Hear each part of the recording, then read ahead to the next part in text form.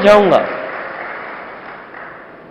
लेकिन कई बार ऐसा होता है कि आपके कुछ नेता ऐसे बयान दे देते हैं जिनका सोशली नुकसान, पॉलिटिकली नुकसान हो जाता है। मैं एक एक करके सबका नाम लूं तो उस पर बड़ा वक्त चला जाएगा, लेकिन क्या आपको लगता नहीं है कि आपको अपने नेताओं को भी थोड़ा बांध के रखना चाहिए? कई बार वो आउट ऑफ टर्न बोल जाते हैं।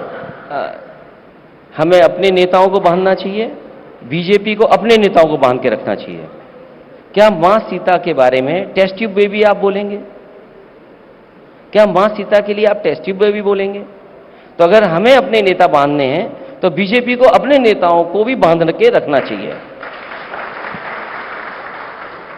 क्या आपको लगता है कि अगर प्रयास पहले की सरकारें भी करती तो ये मंदिर पहले भी बन सकता था? लेकिन बीजेपी बहुत से आरोप लगाती है कि ट्रांसलेशन नहीं हुआ था आपकी शासन में, जब आपकी सरकार थी, जब आप मुख्यमंत्री थे। उस विषय पर आप क्या कहना चाहते हैं? देखिए, उन लीगल एस्पेक्ट्स पे सबकी चर्चा हुई होगी और जब सुप्रीम कोर्ट का फैसला आ गया तो हम और आपको कोई उस पर चर्चा नहीं करनी चाहिए। मेरा अगला सवाल है, मैं 32 साल पुरानी एक तस्वीर आपको दिखाना चाहता हूं। इस तस्वीर में कार सेवक हैं, उन पर लाठीचार्ज हो रहा है और आरएसएस वीएचपी इसको बड़ा इशू बनाती है। वो तस्वीर पीछे अभी प्ले होगी। क्या कहना चाहते हैं आप आज 32 साल पुरानी इस तस्वीर पर? पुरानी बातें उखाड़ने से कुछ मिलना नहीं है, गड़े मुर्दे उठाने से कुछ मिलना नहीं है। जो संविधान का पालन करेगा, जी, संविधान को पालन करने वाले ही इस देश में पूजे जाएंगे। शिवपाल जी, जो कि आपकी पार्टी में बड़े नेता हैं, वरिष्ठ हैं, उन्होंने बयान दे दिया कि अगर लाठीचार्ज और गोली नहीं चलवाते तो क्या करते? संविधान का पालन करना था हमें। मैंने आपसे क्या कहा? बाबा साहब भीमराव अम्बेडकर जी का जो संविधान है, जो संविधान के पक्ष में होगा, जिसने संविधान बनाया हम उसे भी आज पूछते हैं, जो संविधान के पक्ष में खड़ा होगा हम उसका भी सम्मान करेंगे। क्या आपको लगता है? और जब आप शपथ लेते हैं तो आप शपथ संविधान की लेते हैं, आप शपथ किसी और चीज की नहीं लेते हैं। क्या आप शपथ बदल सकते हैं? मैं कहता हूं कि क्या कोई शपथ किसकी लेगा ये बदली जाएगी? हम सब जब कभी किसी पद पर पहुंचते हैं उस पद पर शपथ हम संविधान की ही लेते हैं। लेकिन एक सवाल, क्या आपको 32 साल पुरानी वाली घटना जो हुई आज की तारीख में जब राम मंदिर बन रहा है तो उसका अफसोस है आपको? बतौर आपकी सरकार थी, मतलब समाजवादी पार्टी की सरकार थी, आप मुख्यमंत्री नहीं थे। क्योंकि आप वो बात रिपीट कर रहे हैं, मैं सवाल पूछ रहा हूं। मैं आपसे एक बात और कह देता हूं जी। जो सरकार में मुख्यमंत्री रहते हैं और जो अधिकारी होते हैं, पहले आपने भी एक अधिकारी को बहुत सम्मान के स्थान पर बैठाया है, आप माफी उनसे भी मंगवा दीजिए।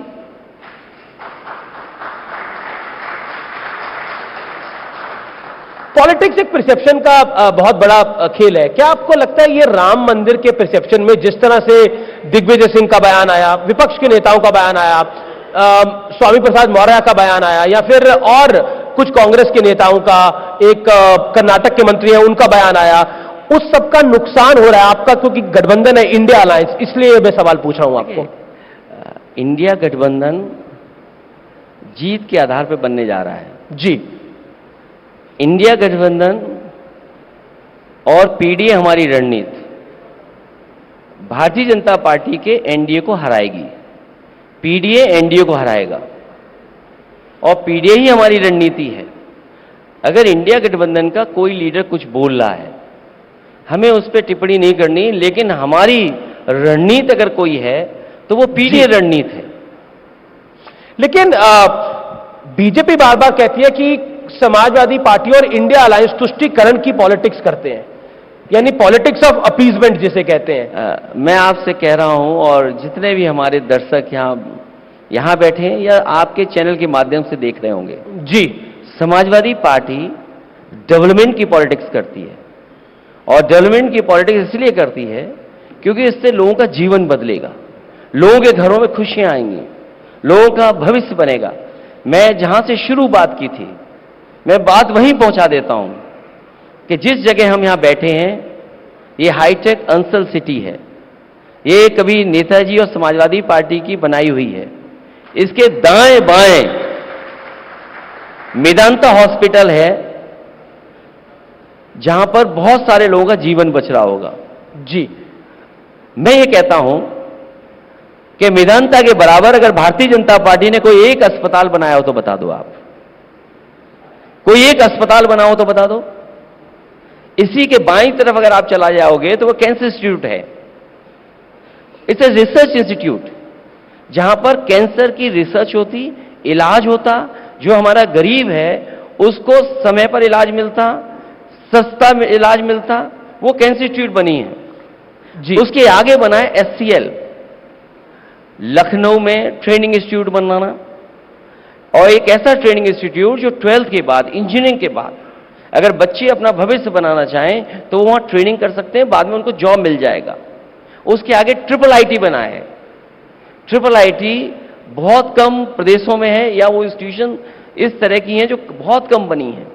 एक स्टेडियम भी वहां पे बना हुआ है जो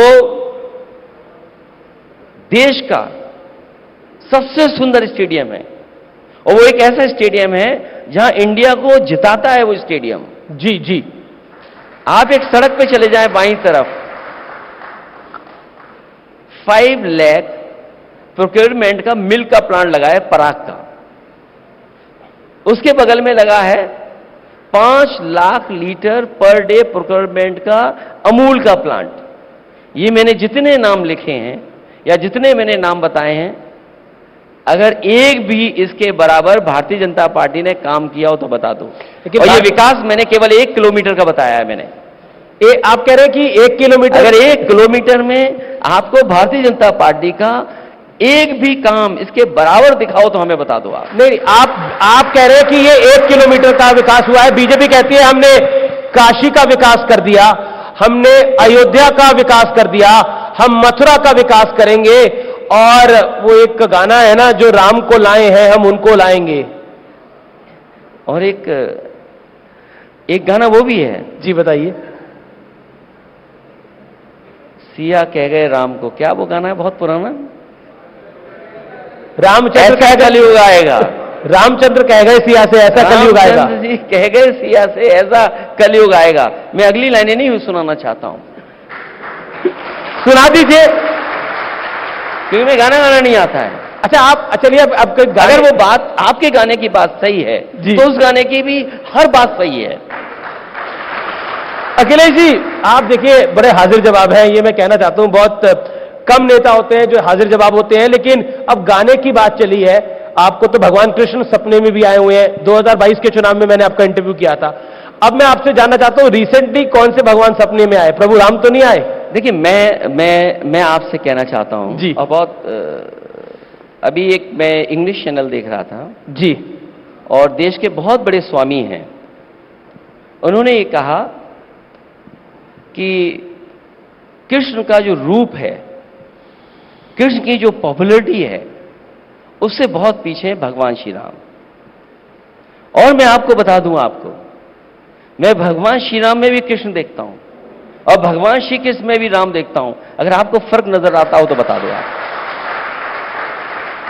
तो ये जो आप तर्क देते हैं जी, ये तर्क कहीं स्टैंड नहीं करता है। हम पॉलिटिकल लोग हैं, हमें जनता चुन करके भेजती है, हमारी जिम्मेदारी है कि वो काम करें जिससे लोगों का जीवन बदले। आप संस्कृति को नष्ट करके नई संस्कृति बना रहे हैं। मैं उस बहस में नहीं जाना चाहता हूं। आप काशी के लोगों से पूछो कि जो हमारे पौराणिक और न जाने कितने सदियों पुराने मंदिरों को तोड़ दिया गया, क्या हम उनका संरक्षण नहीं कर सकते थे? क्या हम उस संस्कृति का संवर्धन नहीं कर सकते थे? और यही है, क्या और शहरों में नहीं हुआ? तो हमारी जिम्मेदारी ये बनती है कि जो हमारी पुरानी पीढ़ी ने संस्कृति दी है, उस संस्कृति को हम कैसे आगे लेकर के जाएं। क्या उस पर रिपोर्ट्स नहीं है? इसलिए उस बहस में मैं नहीं जाना चाहता हूं। हमारी जिम्मेदारी है लोगों का जीवन बदले। जो बात मैंने पहले कही आपसे कि अगर 1 किलोमीटर में कहीं विकास बीजेपी का दिखाई दे रहा हो तो बता दो आप। और फिर देश में जी एक्सप्रेस वे बन रहे हैं, मैं देखता हूं कि गारंटी हर चीज की दी जा रही है। मोदी गारंटी दवाई की, गारंटी इलाज की। आप जाइए किसी इंस्टीट्यूट में चले जाइए सरकारी में, गरीब का क्या हाल है। न दवाई मिल रही है, न उसका इलाज है, और मैं आपसे दावे से कह सकता हूं, आप कभी इमरजेंसी में चले जाएं, आपका मरीज एडमिट नहीं होगा। लाखों लाख लोग भटकते हैं हर दिन, उन्हें सही इलाज मिल जाए, फिर किस बात की आप गारंटी दे रहे हैं?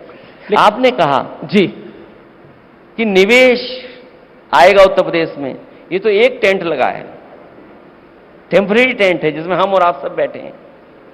यहां पर डिफेंस एक्सपो हुआ था, कई हजार करोड़ रुपए खर्च हुए होंगे, चाहे वो डिफेंस एक्सपो हो, इन्वेस्टमेंट मीट हुई हो।